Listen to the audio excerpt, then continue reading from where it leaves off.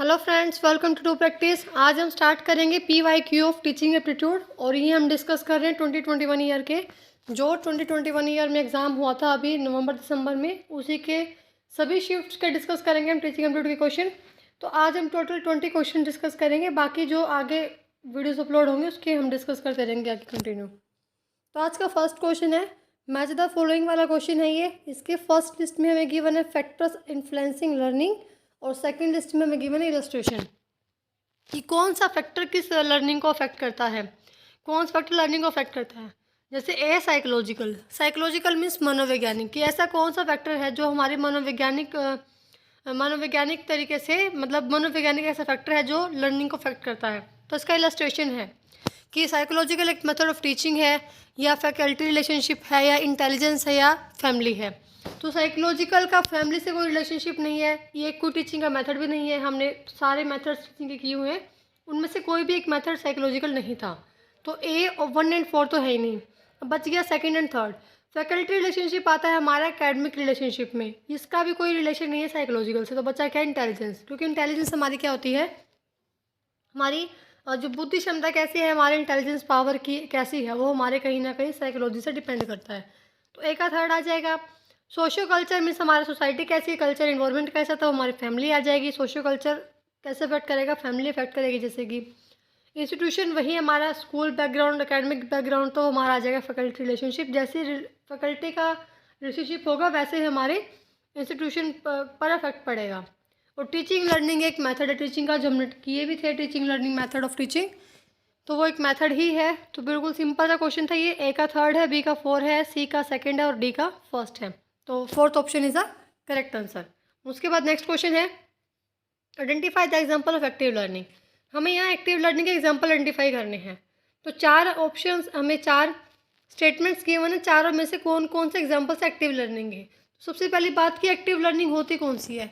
Active learning वो learning है जहाँ पर जो स्टूडेंट है वो एक्टिवली पार्टिसिपेट करेगा, टीचर के साथ एक्टिवली उसको सुनेगा, उसमें डिबेट करेगा, उसमें पार्टिसिपेट करेगा, अपनी प्रॉब्लम को डिस्कस करेगा टीचर के साथ, ना कि एक ग्रुप लर्निंग नहीं करेगा यहाँ पे स्टूडेंट। ग्रुप लर्निंग में, क्योंकि ग्रुप लर्निंग में हर एक मेंबर एक्टिव नहीं होता, वहाँ पे कुछ मेंबर्स ही एक्टिव होते हैं, कुछ स्टूडेंट ही एक्टिव होते हैं।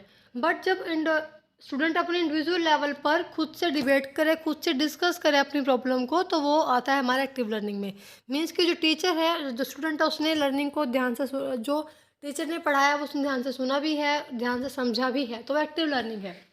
एक है पैसिव लर्निंग, जो टीचर समझा रहा है पर बच्चे का ध्यान नहीं है, मतलब टीचर समझा रहा है, बच्चा अपना सुनता जा रहा है, वो समझ नहीं रहा है।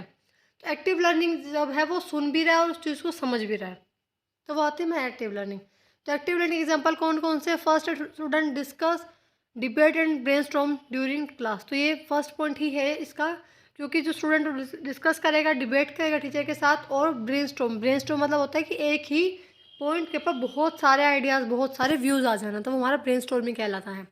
तो ब्रेनस्टॉर्मिंग मीन्स जब वो उसके माइंड में बहुत सारे आइडियाज़ आएंगे। आइडियाज़ कब आएंगे, जब उसने ध्यान से वो टॉपिक सुना होगा। तो ए आएगा। इसके बाद बी है student work as team as on problems and project. तो टीम में काम करेगा, था वो हमारा एक्टिव लर्निंग में नहीं आता। उसके बाद सी है student engage in inquiry based learning, तो वो भी नहीं है। डी है student are expose to case based study, जो स्टूडेंट है वो केस बेस्ड स्टडी को एक्सपोज करता है, तो वो भी हमारा पॉइंट नहीं आएगा। तो उसका आंसर आ जाएगा option number first is the correct answer, A only answer आएगा इसका। उसके बाद नेक्स्ट क्वेश्चन है according to the stage of cognitive development suggested by पियाजे the earliest period is called. देखो कोग्निटिव डेवलपमेंट की स्टेजेस 4 डिस्कस की हैं। सबसे पहली बात तो कोग्निटिव डेवलपमेंट थ्योरी ही पियाजे ने दी है। दूसरी बात, उन्होंने 4 स्टेज डिस्कस की है। फर्स्ट है सेंसरी मोटर स्टेज, सेकंड है प्री ऑपरेशनल स्टेज, थर्ड है कंक्रीट ऑपरेशनल स्टेज और फोर्थ है हमारी फॉर्मल ऑपरेशन स्टेज। तो इन्होंने पूछा है कि पियाजे के अकॉर्डिंग फर्स्ट स्टेज मतलब अर्लीस्ट पीरियड की स्टेज कौन सी है, तो हमारी है सेंसरी मोटर स्टेज।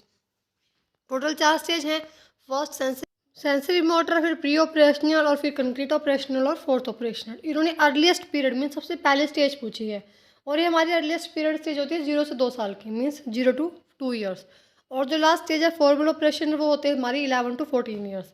इन्होंने अर्लीस्ट सबसे पहले पीरियड की स्टेज पूछी है और सबसे पहली स्टेज तो हमारी सेंसरी मोटर स्टेज। तो third option is the correct answer. कि आपको चारों चीज़ पता होनी चाहिए, क्योंकि क्वेश्चन कहीं से भी सेट हो सकता है। तो चारों स्टेज के बारे में आपको आइडिया होना चाहिए कि कौन सी स्टेज कौन से नंबर पे है और कितने ईयर की है। तो इसके अकॉर्डिंग फिलहाल third option is the correct answer, sensory motor stage. उसके बाद हमारा नेक्स्ट क्वेश्चन आता है, a teacher of higher education must imbibe. Imbibe मतलब कि उसमें होना चाहिए, ये मीन्स अंतर्निहित ये चीज़ उसमें होनी चाहिए टीचर में। टीचर कौन सा है? हायर एजुकेशन का। सर्टेन वैल्यूज़ जो है हायर एजुकेशन टीचर में ये वैल्यूज़ होनी चाहिए। फर्स्ट है act as an educator for the student. जो टीचर है वो बच्चों के लिए एक एजुकेटर का काम करे। सेकंड है present an idol of working with sincerity. जो बिल्कुल सही है पॉइंट की, ये पॉइंट बी पॉइंट तो है ही, क्योंकि जो टीचर है हायर एजुकेशन पर जो पढ़ा रहा है वो अपने आप को एक आइडल के रूप में प्रेजेंट करे, मीन्स एक रोल मॉडल बनाए, ऐसा काम करे कि बच्चे उसको रोल मॉडल माने। तो बी पॉइंट आएगा और अपना काम भी सिंसेरिटी के साथ करें। सी है love the subject and the student. अब भाई सब्जेक्ट को अच्छे से समझे, उससे प्यार करे, तभी वो बच्चों को समझा पाएगा और बच्चे से भी प्यार करे। उसके बाद है डी है effectively transmit information to student. तो ये पॉइंट नहीं है, क्योंकि सिर्फ इन्फॉर्मेशन को ट्रांसमिट करना बच्चों में तो वो एक टीचर का काम नहीं है। बच्चों को वो इन्फॉर्मेशन समझाना एक टीचर का काम है, तो डी नहीं आएगा। और ई है use information and communication technology with while teaching. कि जब आप पढ़ा रहे हो तो आप इन्फॉर्मेशन को यूज़ कर रहे हो, आईटी को यूज़ कर रहे हो, कम्युनिकेशन टेक्नोलॉजी को यूज़ कर रहे हो, तो वो भी हमारा हायर एजुकेशन के अंदर नहीं आता है। तो इसका आंसर आ जाएगा बी एंड सी। मतलब अपना काम अच्छे से करना, सिंसेरिटी के साथ करना और अपने आप को प्रेजेंट आइडल करना और सब्जेक्ट्स और बच्चों से जो है समझना उनको। उसके बाद नेक्स्ट क्वेश्चन आता है हमारा, ये भी मैच द फॉलोइंग वाला क्वेश्चन है। लिस्ट 1 में हमें लर्निंग थ्योरीज गिवन और लिस्ट 2 में हमें उनके फाउंडर और उनके डेवलपर गिवन है। तो first classical conditioning theory. Classical conditioning theory Ivan Pavlov ने दी थी, जिसमें डॉग वाला एग्जांपल है कि डॉग की कंडीशनिंग की जाती है। Operant conditioning theory BF Skinner ने दी थी, जिसमें कैट वाला एग्जांपल है। और social learning theory Albert Bandura ने दी थी। और कंस्ट्रक्टिविज्म जो है लेव वाइगोस्की ने दिया था। क्योंकि दो थ्योरीज हैं ये, एक तो है कॉग्निटिव डेवलपमेंट थ्योरी, वो हमारी दी थी पियाजे ने, और एक है सोशल, एक है कंस्ट्रक्टिविज्म, वो दिया था लेव वाइगोस्की ने। तो सिंपल सा इसका, ये तो हमें थ्योरीज हैं, इनके डेवलपर हैं, इनको किसने दिया था वो हमें याद होना चाहिए। इसका कुछ आप समझने वाली बात नहीं है, सिंपल सा पॉइंट है कि किसको किसने दिया था, कौन सी थ्योरी किसने दी है। ये हम M.Com में कर चुके हैं, B.Com में OB में बहुत बार रिपीट होता है जो ये वाला लर्निंग थ्योरीज है। तो इसमें A का सेकंड आ जाएगा और B का फोर्थ आ जाएगा, C का फर्स्ट आ जाएगा और D का आ जाएगा हमारा।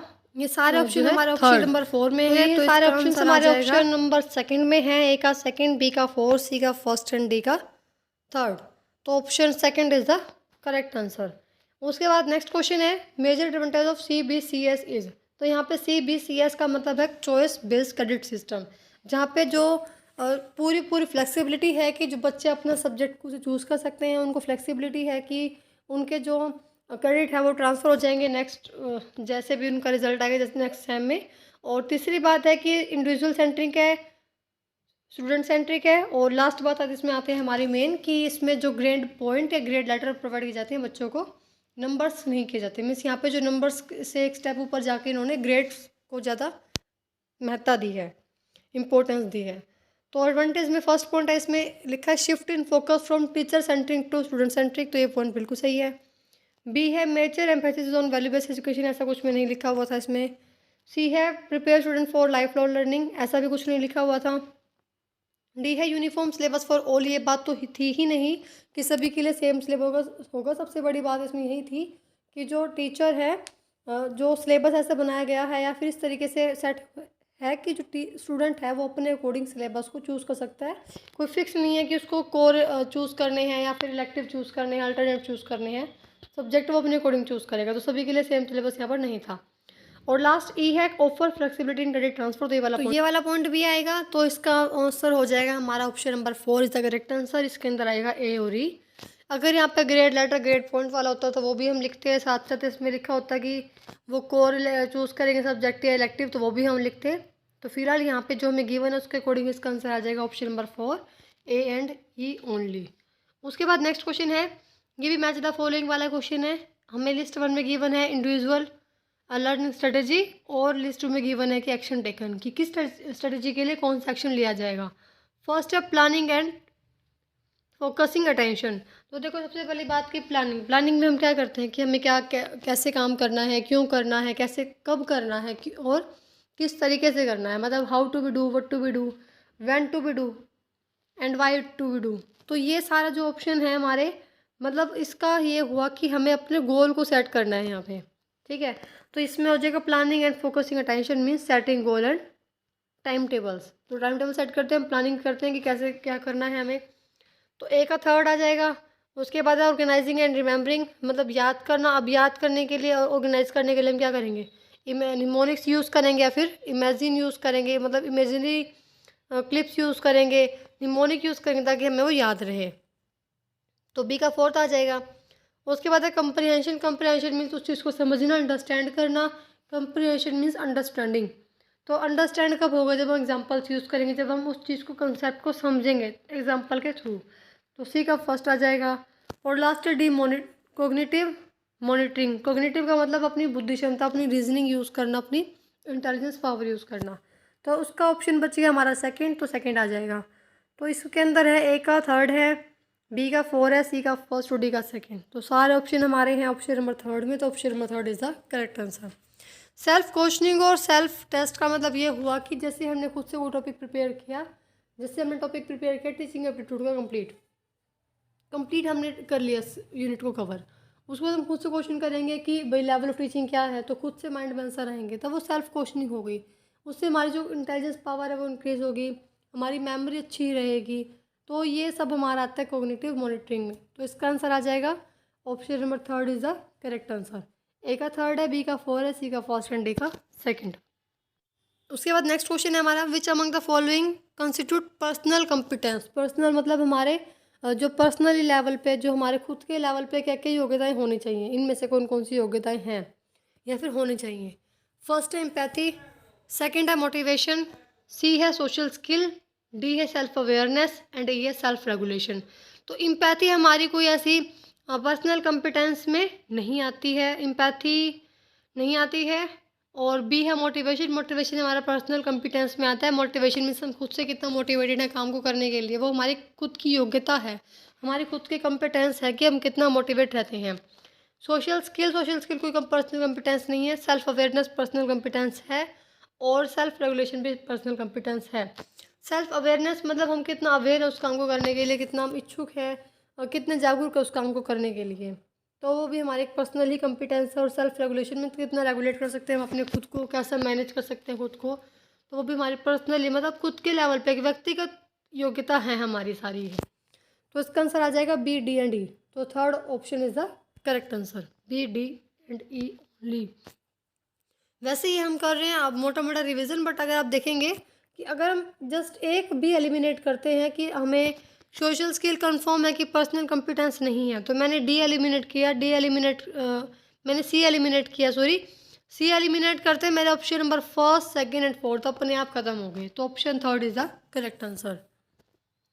उसके बाद नेक्स्ट क्वेश्चन है, the form of asking mainly closely ended question that has been used in connection with the examination of people normative standard is known as। कि जब हम ऐसे फॉर्म, जब हम क्लोज एंडेड क्वेश्चन कौन से होते हैं हमारे, जो सिर्फ येस और नो मीन्स जो एमसीक्यू फॉर्म में होते हैं, वो हम डिस्कस किया था, फुल अच्छे से डिटेल में डिस्कस किया था। तो क्लोज एंडेड क्वेश्चन जब हम पूछते हैं, आस्क करते हैं with the in the connection of people normative standard, मतलब जब हम नॉर्मेटिव स्टैंडर्ड के कनेक्शन में क्लोज एंडेड क्वेश्चन पूछते हैं, तो वो टेक्निक का नाम क्या है, तो वो टेक्निक होती है हमारी विग्नेटिव टेक्निक। ये टेक्निक का नाम ही है जो हमें याद रखना पड़ेगा। तो इसका आंसर आएगा विग्नेटिव टेक्निक। ये टेक्निक ऐसी है जो क्लोज एंडेड क्वेश्चन को पूछने के लिए यूज़ की जाती है, जब हम नॉर्मेटिव स्टैंडर्ड के कनेक्शन में क्वेश्चन पूछते हैं येस और नो में, ट्रू फॉल्स में, मतलब एक सटीक आंसर चाहिए हमें उसका कि हाँ या ना रहेगा।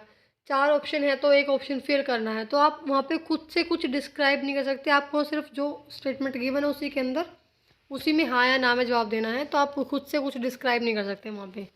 तो ये हमारे क्लोज एंडेड क्वेश्चन है, इसका आंसर आएगा विग्नेटिव टेक्निक। तो fourth option is the correct answer. उसके बाद नेक्स्ट क्वेश्चन है, arrange the given objective by for cognitive domain in hierarchical on the basis of the complexity of the task. कि जो cognitive domain है उसके हमारे 6 object, तो इन्होंने क्वेश्चन में पूछा है कि हमें इन कॉग्निटिव डोमेन के ऑब्जेक्टिव्स को एक हायरार्की में लगाना है, अरेंज करना है। किस तरीके से कि जैसे जैसे टास्क कॉम्प्लेक्स होता जाएगा, मतलब उनकी जटिलता के अकॉर्डिंग हमें उनको हायरार्की में लगाना है। तो उसके 6 ऑब्जेक्टिव हैं। फर्स्ट है हमारा नॉलेज, सेकंड है अंडरस्टैंडिंग, उसके बाद थर्ड है एप्लीकेशन, फोर्थ है एनालिसिस और फिफ्थ है सिंथेसिस और लास्ट है हमारा एवेल्युएशन। तो देखो हमें सब ये एक हायरार्की है, जैसे जैसे सबसे पहले नॉलेज आएगी, फिर उसको समझना एक टास्क है, फिर उसको अप्लाई करना एक टास्क है। तो ये 6 के 6 सीरीज़ में है और जैसे जैसे आगे जाते जाएंगे इनका टास्क जो है कम्प्लेक्स होता जाएगा।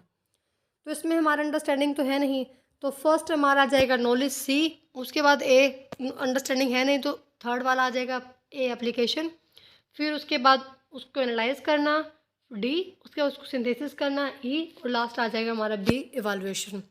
तो सी ए डी ई बी वो आंसर आ जाएगा हमारा करेक्ट। और ये हायरार्की हमारी गिवन है ऑप्शन नंबर थर्ड में।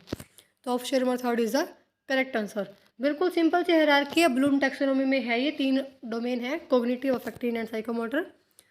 तो आप चेक कर सकते हैं वीडियोस में जाके। तो ये third option is the correct answer. उसके बाद नेक्स्ट क्वेश्चन है, micros which tool will you use to prepare schedule and class time table. ऐसा कौन सा टूल है जो हम यूज़ करते हैं टाइम टेबल्स और शेड्यूल को प्रिपेयर करने के लिए, कौन सा, क्लास टाइम का, क्लास का।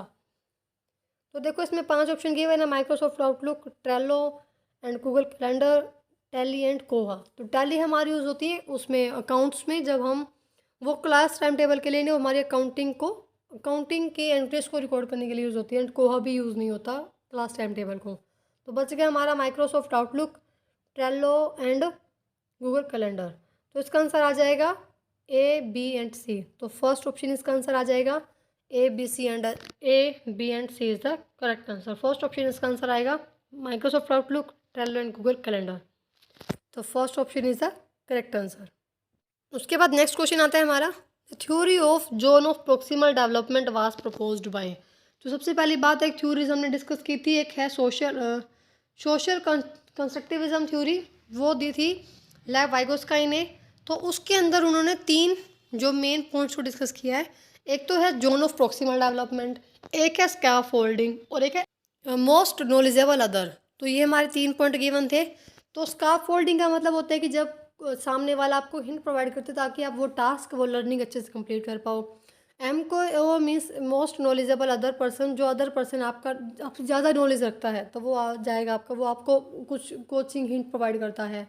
और स्कैफोल्डिंग मीन्स मदद करना। और जोन ऑफ प्रोक्सिमल डेवलपमेंट का मतलब होता है कि जहाँ एक ऐसा दायरा, संभावित विकास क्षेत्र, तो ऐसा दायरा जो आपका संभावित विकास क्षेत्र है, जहाँ तक आप विकास कर सकते हैं, मतलब विकास का दायरा जहाँ जो आपका संभव दायरा है विकास का, जहाँ तक आप विकास कर सकते हैं। तो जोन ऑफ प्रोक्सिमल डेवलपमेंट भी वाइगोस्काई ने ही दिया था। ये स्कैफोल्डिंग भी आ सकता है लास्ट पेपर में अभी जो आएगा, तो उसका आपका स्कैफोल्डिंग वो भी वाइगोस्काई ने दिया है। तो इसका आंसर आ जाएगा option number 4 is the correct answer. उसके बाद नेक्स्ट क्वेश्चन है हमारा, ये भी सेम मैच द फॉलोइंग वाला क्वेश्चन है। एक तरफ है मॉडल ऑफ टीचिंग और एक तरफ है डेवलपर, कि कौन से टीचिंग मॉडल को किसने डेवलप किया है। फर्स्ट है पॉजिटिव इंटरडिपेंडेंस। तो पॉजिटिव इंटरडिपेंडेंस मॉडल दिया है हमारा, इसमें है उसके बाद स्ट्रक्चर्ड इंक्वायरी, ग्रुप इन्वेस्टिगेशन और रोल प्लेइंग। मुझे यहाँ पे एक रोल प्लेइंग वाले का कन्फर्म है कि रोल प्लेइंग वाले का है फेनल शेफलेट। तो डी का सेकंड है, आई एम कन्फर्म, बाकी मुझे नहीं पता है। तो डी का कंफर्म है, सेकंड है। तो डी का सेकंड कौन से ऑप्शन में, ऑप्शन नंबर थर्ड में, तो वो है ऑप्शन नंबर थर्ड में। तो ऑप्शन नंबर थर्ड में और तो कहीं पे डी का सेकंड है नहीं, तो डी का सेकंड है वहाँ पे। और सी का फोर्थ है, मतलब कि ग्रुप इन्वेस्टिगेशन जॉन डेवी ने दिया है। बी का फर्स्ट है, मतलब कि स्ट्रक्चर्ड इंक्वायरी हमारा बी का फर्स्ट है, मतलब स्ट्रक्चर इंक्वायरी रॉबर्ट स्लेविन ने दिया है। और ए का थर्ड है, पॉजिटिव इंटरडिपेंडेंस रोगर जॉनसन ने दिया है। तो एक के बेस पर हमने सारे फाइंड आउट कर लिए, तो इसका आंसर आ जाएगा ऑप्शन नंबर थर्ड। अगर आपको एक भी कंफर्म होगा तो बाकी अपने आप आपके निकल जाएंगे। तो इसका आंसर आ जाएगा option number third is the correct answer. A का थर्ड, बी का फर्स्ट, सी का फोर और डी का सेकंड। तो option third is the correct answer. उसके बाद नेक्स्ट क्वेश्चन है, ये क्वेश्चन असर्शन रीज़न वाला है। तो असर्शन हमें गिवन है quality question promote deep learning. जो अच्छे क्वेश्चन है, क्वालिटी क्वेश्चंस हैं, जैसे नेट के एग्जाम में मोस्टली क्वालिटी क्वेश्चन ही पूछे जाते हैं, जहाँ पे आपको डीप लर्निंग करनी पड़ती है, आपको कंसेप्ट समझना पड़ता है। ऐसा नहीं कि आपने ऊपर ऊपर से वो कंसेप्ट पढ़ा और आपका एग्जाम क्लियर हो गया। वहाँ पे आपको डीप लर्निंग करनी पड़ती है, क्योंकि क्वेश्चंस क्वालिटी क्वेश्चन होते हैं। और उसके बाद ये असर्शन बिल्कुल सही है। उसके बाद रीज़न दे रखा है यहाँ पे, the quality of questions ask determine a teacher level of success with the lesson. कि जो क्वेश्चंस की क्वालिटी है वो क्या बताता है कि टीचर का सक्सेस लेवल कितना है उस लेसन के साथ। जैसे कि अब जिसने भी जो भी नेट का एग्ज़ाम सेट करता है, तो जो क्वेश्चन वो पूछता है उस वो पूछता है अपने लेवल के अकॉर्डिंग कि उसने उस लेसन में, उस टॉपिक में कितनी सक्सेस पाई हुई है। मतलब जैसा क्वेश्चन हमारे सामने आता है उससे हमें टीचर की लेवल का पता चलता है कि टीचर कितना क्वालिफाइड है, कितना उस लेसन में सक्सेस है। तो ये बात भी सही है कि जितना अच्छा टीचर होगा वो उतना अच्छा क्वालिटी क्वेश्चन पूछेगा। तो रीज़न भी इसका करेक्ट है, बट जो रीज़न है वो करेक्ट एक्सप्लेनेशन नहीं दे रहा असर्शन की। बिकॉज अगर हम इसमें बीच में बिकॉज का वर्ड लगाते हैं, क्योंकि क्वालिटी क्वेश्चंस डीप लर्निंग को प्रमोट करते हैं, क्योंकि क्वेश्चंस की क्वालिटी है वो टीचर के लेवल को बताती है, सक्सेस लेवल को बताती है। तो असर्शन बताता है हमें कहीं ना कहीं स्टूडेंट की तरफ, और जो रीज़न है वो हमें बता रहा है टीचर का सक्सेस लेवल। तो देखो दोनों ही पॉइंट अलग अलग है, एक जगह स्टूडेंट और एक जगह टीचर है, तो दोनों पॉइंट में कोई रिलेशन नहीं है। तो इसका आंसर आ जाएगा option number second is the correct answer. Both A and R true, but R is not correct explanation of A. तो इसका आंसर आ जाएगा सेकंड ऑप्शन इसका आंसर है। उसके बाद नेक्स्ट क्वेश्चन है, ये भी मैच द फॉलोइंग वाला क्वेश्चन है। एक पार्ट में हमें गिवन है यहाँ पे इन्फॉर्मेशन फोरकास्टिंग, और बी पार्ट में गिवन है मॉडल डेवलपर, कि कौन सी इन्फॉर्मेशन फोरकास्टिंग को किसने डेवलप किया हुआ है। फर्स्ट है इंडक्टिव थिंकिंग, इंडक्टिव थिंकिंग को किसने डेवलप किया है। उसके बाद निमोनिक को किसने डेवलप किया है, एडवांस ऑर्गेनाइजर को किसने डेवलप किया, और साइंटिक्स को किसने डेवलप किया है। तो इंडक्टिव थिंकिंग को डेवलप किया है हिल्डा टाबा ने, निमोनिक को डेवलप किया है माइकल प्रेसले ने, एडवांस ऑर्गेनाइजर को डेवलप किया है डेविड ओसोबल ने, और सिंटैक्स को डेवलप किया है बिल गॉर्डन ने। तो ए का फर्स्ट, बी का सेकंड, सी का 4 एंड डी का 3rd। तो इसका आंसर आ जाएगा, ये सारे ऑप्शन हमारे ऑप्शन नंबर 1 में है। तो first option is the correct answer. ये आपको याद ही रखने पड़ेंगे, कौन सी थ्योरी किसने दी है, कौन सा बोर्ड किसने डेवलप किया है, तो ये आपको नेम याद ही रखने पड़ेंगे। तो first option is the correct answer. तो इसका आंसर है first option is the correct answer. उसके बाद नेक्स्ट क्वेश्चन आता है हमारा, ये भी मैच द फॉलोइंग वाला क्वेश्चन है। एक तरफ है बिहेवियरल मॉडल और एक तरफ है डेवलपर। ये की बार शिफ्ट में बहुत से क्वेश्चन रिपीट थे कि डेवलप किसने किया है, कौन सा मॉडल थ्योरी किसने डेवलप की है, इन्फॉर्मेशन किसने डेवलप की हुई हैं। तो इसमें पूछा कि बिहेवियर मॉडल किसने डेवलप किया है। फर्स्ट है मास्टर लर्निंग किसने डेवलप किया है, डायरेक्ट इंस्ट्रक्शन किसने डेवलप किया है, साइमुलेशन किसने डेवलप किया, सोशल लर्निंग किसने डेवलप किया है। तो देखो सोशल लर्निंग मुझे बिल्कुल कंफर्म पता है और हमने पहले डिस्कस भी की थी, सोशल लर्निंग अल्बर्ट बंडूरा ने दी है। तो डी का फर्स्ट बिल्कुल कंफर्म है, और डी का फर्स्ट सिर्फ एक ही ऑप्शन में है, ऑप्शन नंबर 3rd में। तो डी का फर्स्ट है, सी का 4, ए का 3rd है। मतलब कि मास्टर लर्निंग किसने दिया, बेंजामिन ब्लूम ने मास्टर लर्निंग दी है। बी का सेकंड है डायरेक्ट इंस्ट्रक्शन, मतलब टॉम गुड ने दिया है। सी का 4 साइमुलेशन कार्ल स्मिथ ने दिया, सोशल लर्निंग अल्बर्ट बंडूरा ने दी है। तो एक ऑप्शन सारे हमारे अपने आप जो है सुलझ गई है, गुत्थी अपने आप सुलझ गई सिर्फ एक ऑप्शन से। तो option number 3rd is the correct answer. A का 3rd, बी का 2nd, सी का 4 और डी का 1st। तो option 3rd is the correct answer. उसके बाद नेक्स्ट क्वेश्चन आता है हमारा, यहाँ पे स्टेटमेंट वाला क्वेश्चन है, एक असर्शन और एक रीज़न है। असर्शन है टीचर शुड स्ट्राइव मतलब कोशिश करना, टू अवॉइड मीन्स बचना, कि जो टीचर है वो बचने की कोशिश करता है। डिस्कसिंग कॉम्प्लेक्स इशू, जो टीचर है वो कॉम्प्लेक्स इशू को डिस्कस करने से बचता है। सबसे पहली बात असर्शन बिल्कुल रॉन्ग है, क्योंकि टीचर का काम है कॉम्प्लेक्स इशू को सुलझाना, उनको सॉल्व करना, ना कि उनसे बचना। क्योंकि टीचर ही अगर उन इशू से बचेगा तो उनको सॉल्व कौन करेगा। तो असर्शन बिल्कुल प्रॉपरली रॉन्ग है। उसके बाद रीज़न है classroom communication should facilitate our movement from exploring simple issue to complex issue. जो क्लासरूम कम्युनिकेशंस होते हैं वहाँ पे क्या है कि जो एक छोटा सा इशू, सिंपल इशू भी एक कॉम्प्लेक्स इशू बन जाता है। अब जो बच्चे हैं वो एक छोटी सी बात को बहुत बड़ी बात बना लेते हैं। भी इस बच्चे ने मेरी पेंसिल उठाई, तो पेंसिल उठाई ऐसा करके पूरा शोर मचा देंगे, वो बहुत बड़ा इशू उसको बड़ा कॉम्प्लेक्स इशू बना लेते हैं। तो ये जो है क्लासरूम कम्युनिकेशन है कि सिंपल से इशू को कॉम्प्लेक्स इशू बनाना। तो वो रीज़न करेक्ट है बट असर्शन फॉल्स है, तो option first is the correct answer. उसके बाद नेक्स्ट क्वेश्चन है हमारा, the principle student learn together but perform alone is an example of. ये ऐसा प्रिंसिपल कि जिसमें स्टूडेंट इकट्ठे सीखते हैं पर परफॉर्म अलग अलग करते हैं। तो वो कब अलग अलग परफॉर्म करेंगे? पहली बात तो वो इकट्ठे कब सीखेंगे, जब ग्रुप लर्निंग होगी तो वो इकट्ठा सीखेंगे। और वो परफॉर्म अलग अलग क्यों करेंगे? क्योंकि उनको अलग अलग उनकी एक अलग अलग रिस्पॉन्सिबिलिटी होंगी, इसी वजह से वो अलग अलग परफॉर्म करेंगे। तो इनमें से किसका एग्जाम्पल है ये? फर्स्ट है इंडिविजुअल अकाउंटेबिलिटी, मतलब सबके अलग अलग रिस्पॉन्सिबिलिटीज, इसी वजह से वो अलग अलग परफॉर्म कर रहे हैं।